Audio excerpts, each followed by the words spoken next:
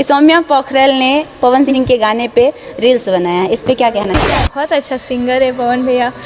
को प्रॉब्लम था, पवन भैया को कुछ प्रॉब्लम नहीं है, नहीं जानती थी तभी प्रॉब्लम था, आज जान रही हूँ तभी। जी हाँ दोस्तों, हो जाइए तैयार एक खतरनाक खबर सुनने के लिए जो काफी ज्यादा मजेदार होने वाला दोस्तों, क्योंकि एक तरफ सौम्या पोखरेल कहती है कि पॉवर स्टार पवन सिंह को नहीं जानते हैं और खुद को खेसारी लाल यादव का फैन बताती हैं और रातों रात फेमस हो जाती हैं दोस्तों। लेकिन कुछ ही दिन बाद फिर कैसे कहने लगती हैं कि पवन स्टार पवन सिंह एक अच्छे सिंगर हैं और उनके साथ मैं काम करना चाहती हूँ।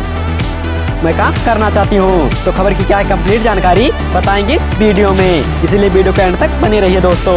और अगर आप भी अपने पवन स्टार पवन सिंह के सच्चे वाले फैन तो चलिए वीडियो की शुरुआत करते हैं। तो दोस्तों एक बार आप लोग खुद ही सोचिए कि पवन स्टार पवन सिंह इतने ज्यादा फेमस एक्टर हैं कि अपने देश में ही नहीं बल्कि विदेश में भी लोग जानते हैं। तो सौम्या को कैसे नहीं पता था दोस्तों। तो दोस्तों आप सबको ये जानकर हैरानी होगी कि सौम्या पोखरेल पवन सिंह को पहचानने से इनकार क्यों किया था। दरअसल ये फेमस होना चाहती थी और उस समय पवन स्टार पवन सिंह और खेसारी लाल यादव में विवाद चल रहा था दोस्तों, और मौका अच्छा पकड़ सौम्या पोखरेल ने पवन सिंह को पहचानने से इनकार कर दिया और खेसारी लाल यादव ने उन्हें अपने साथ रख लिया दोस्तों और इस सौम्या को रातों रात फेमस करा दिया।